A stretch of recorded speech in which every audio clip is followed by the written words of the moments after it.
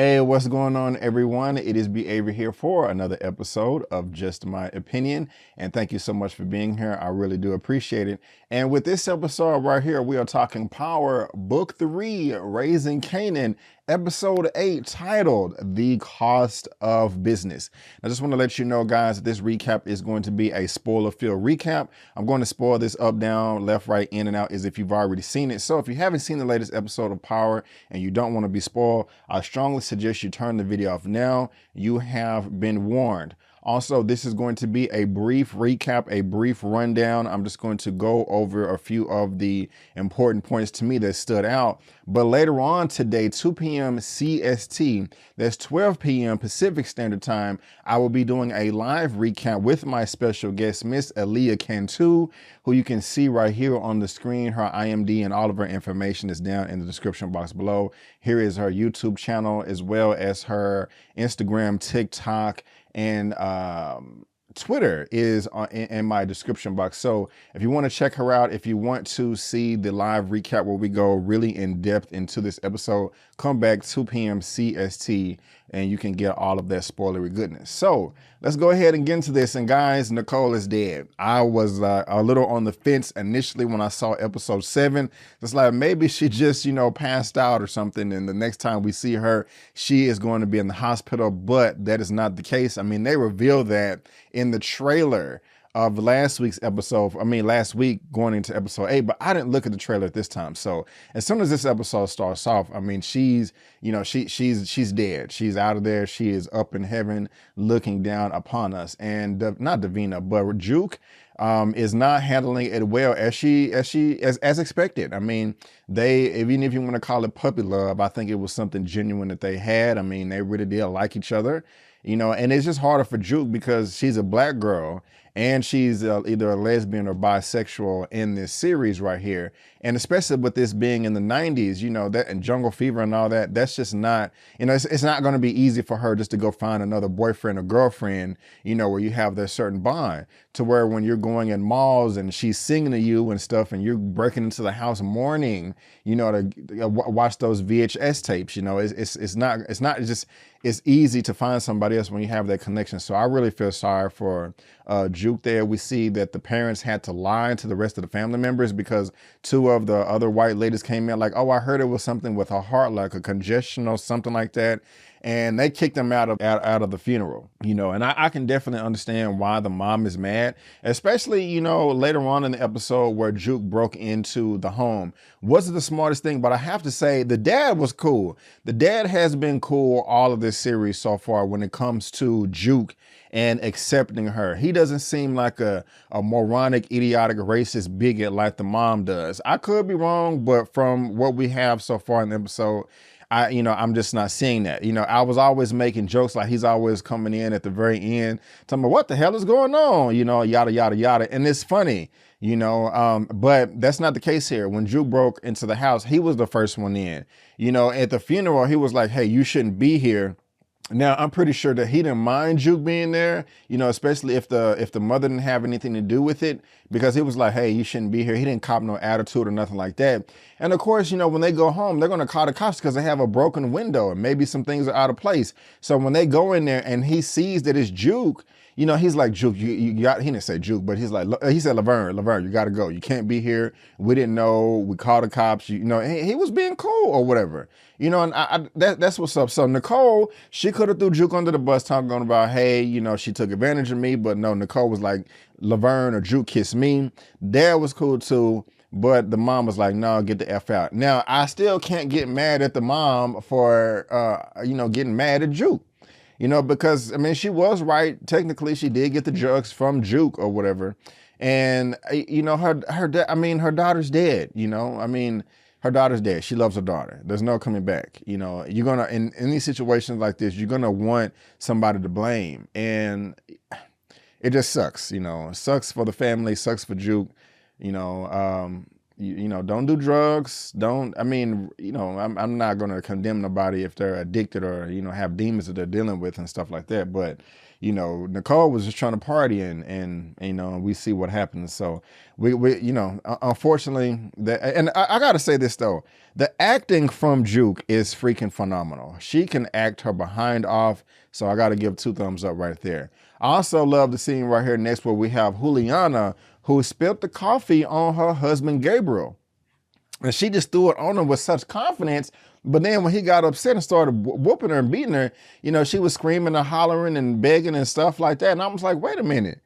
Clearly you had to have had some type of plan, idea up your sleeve for you to get out of this. I mean, you're not going to just throw coffee on your abusive husband and then expect him to be like, oh, baby, I know it was an accident. Just go ahead and get me a towel and I'll slurp up the coffee off the floor, you know, with a straw, you know. And I was like, wait a minute, does she have somebody waiting around the corner? And yeah, she had Rock in the garage, in the tool shed, ready to blow his head off. And she did. I think she gave him like 3 shots. And so she was happy. She was happy about that. And then, you know, when the cops came, she was playing the role and crying and doing all that. And I was like, wow, that's quite interesting right there. Now, let's go over to Detective Hire real quick, play about On My Ips. Now, we've been talking about this, talking about, wait a minute, Rock is 31 years old right now. She had Kanan when she was 16 years old. How old is Howard? We found out that Howard is a pervert, unfortunately. I mean, but we got to call him out. He's coming up on, I mean, I don't know how old he was, but, you know, he was talking about, oh, you didn't have a problem hitting them skins when I was 16. Oh, I thought you were 17 years old. And she was like, you know, Rock was like, hey, well, me walking around with a geometry book, you know, didn't stop you either. So that's just ridiculous right there. You know, Rock smashing cops, he smashing minors. I even feel bad saying those 2 words in a sentence, but it's just, that's not good at all. That's horrible. You know, let women be of age. You know, I'm in my 30s. Even if a woman that was 18 or 19 came to me right now, nope, get out of my face. You are too young. I don't want to deal with it. I don't want to deal with it. But we found out that her supposed alleged baby daddy, and I forgot his name. I forgot his name. But we found out that he didn't like women at all, that he was gay, that he was homosexual. And, you know, he paid Rock for appearances or whatever. And I think that Howard called him like a fairy or something like that. But we also talked about this, saying that, you know, hey, Kanan is selling these blue caps right here. This dude named Little Rob snitched on him at the club or whatever. You know, he got dead bodies everywhere. And they really connected those dots right there. And Little Rob is a snitch. That's just messed up. I mean, my goodness gracious. Like, you just snitched so quick. Like, that's just sad to me, you know. But, you know, that's unfortunate right there. But yeah, Howard is also telling Rock, like, hey, you know, I need to talk to my son. I can't just roll up on him and tell him that I'm his daddy. That's not going to play over right. I need you. And the Rock, you know, kind of got her, you know, her foot down. But he was like, hey, you either do this for me, and if your brothers come around, you know, with all that rah-rah or whatever, I'm going to be shooting first and then asking questions later. And so, you know, he kind of has like a little agenda right there too. Now, prior to that, you know, we had the table meeting with Marvin, Lulu, and Rock, and they were finding out who was, you know, putting out the blue pills. And you saw Marvin trying to sip his coffee. He's all nervous and stuff like that, you know, trying to cover up his lie. But we found out later on in the episode that it really didn't matter. I was smiling ear to ear when Rock came in the house and she charged Kanan up like, Kanan Elijah, whatever his last name was, Stark, bring your butt down here. And, you know, he was in like, I'm getting sick of Kanan. He can't say he's sorry. He can't say he can't say my bad. You know, we was doing it right. I had an idea, and well, it ain't my fault. It's your fault. You know, I'm like, bro, somebody needs to slap him in the face. And that's exactly, no, excuse me, somebody need to punch him in the chest. But she slapped him in the face, knocked his ass to the ground. Rock did. And I was so happy about it. I was like, yes, thank you so much for knocking this guy out. It's really, really, really, really, really, really frustrated me. Now, how do y'all feel about Burke? You know, they're giving her a little bit more dialogue each episode, but how you feeling about her? And also, how y'all feeling about this Crown Camacho versus Lulu situation? Like, this lawyer came in, the attorney talking about, we're turning this debt, you know, into an equity, you know, buyout or something like that. I'm just like, man. And Lulu was about to blow the dude's head off or whatever. Like, look, no matter what, man, whether it's your blood or your signature, he didn't say that, but no matter what, something is going to end up on this paper. And Crown don't want none of that. He ain't about that life. Lulu would beat his ass with one arm tied behind his back. And so that was kind of interesting there. The attorney had the files, the contract under his arm and kind of flipped out the paper or whatever. And so, that's, I was laughing at that point right there. Now, y'all help me out in the comments. I could not figure this part out. Why in the world was not Unique, but Lulu, why did he go and steal Unique's jacket out the car? I couldn't figure that out. If y'all can figure that out for me, please let me know in the comments. Some of y'all really like it when I miss something like, oh, Brandon, you wasn't paying attention, but whatever. Let me know in the comments because I really couldn't put that together. It's probably obvious as day and it's just kind of slipping my mind right now, but I really can't think of anything, I can't. Now, tell me how y'all feel about this. Do y'all feel that Rock was too hard on Marvin? She hit him with a 2x4. I can't F with you no more. Whatever work you have over at Lulu's, bring that back to me. That's, how do y'all feel about that? I feel that Marvin should have fought back a little bit, not physically, but like, look, I didn't have anything to do with that. And also Rock should have let him finish the job first before she did all that. So that was kind of interesting right there too.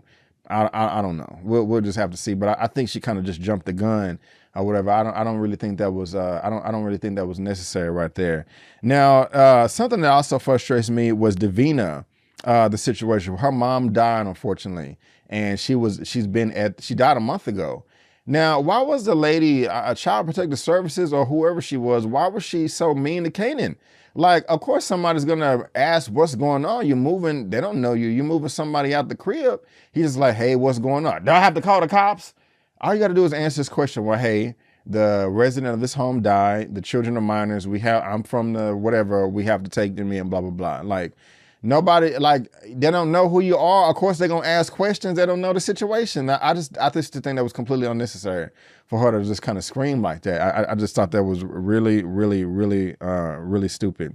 Tony is busted now because she got caught with drugs, and she gonna text Marvin talking about, hey, come to the club. I want to give you some nookie or whatever. He not falling for it. We saw that they had the recording device up under the thing. She's trying to get him to talk about, what weight he's moving.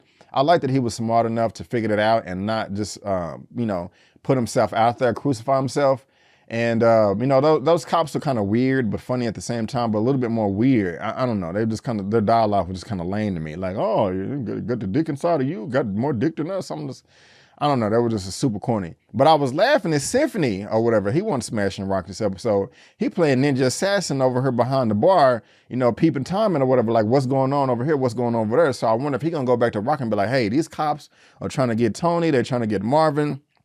Yada, yada, yada. I'm pretty sure he gonna have to, because that was the only time we saw him in this episode. So he gonna have to come back strong in either episode 9 or 10. I think it's 10 episodes. And so that's what's up right there. I also like the exchange between Rock and Joaquin, her new potential connect at the restaurant. I like that. I like that he, advised him, hey, I've been following you. I want to know what this is talking about. He was like, oh, no, I forgot exactly what Rock said, but he was like, it doesn't really sound like you're expanding your business. And what is this talking about changing the game right now? That really doesn't sound like a plan. And how do I know that the relationship between you and Howard is not a good one? And how everybody pulled out their guns. Rock's henchman got scared. He was shook like, oh my God, we should have brought back up. What's going on? I got babies to feed and da-da-da-da, I was kind of laughing at that, but I like Joaquin, if that's his name. I like him. Now, at the very end, it was kind of weird setup. I was like, wait a minute, is Lulu about to die?